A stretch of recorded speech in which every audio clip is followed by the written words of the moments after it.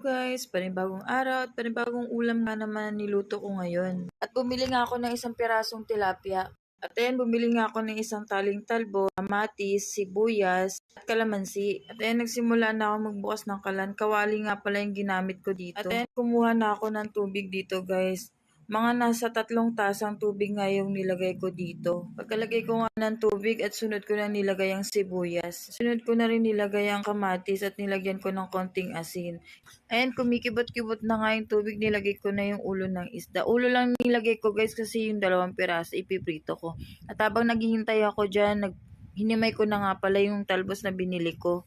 Paborito ko nga pala itong ulam na to guys kasi masustansya siya. Natutunan ko nga yung ganitong luto dahil sa mama at papa ko kasi nung maliliit pa kami, ito yung niluluto sa amin. Lalo na't pag maulan. At ayan, hiniwa ko na rin dito yung kalamansi. Pipigain ko lang yan guys at tatanggalin ko yung buto. Yung juice nga lang yung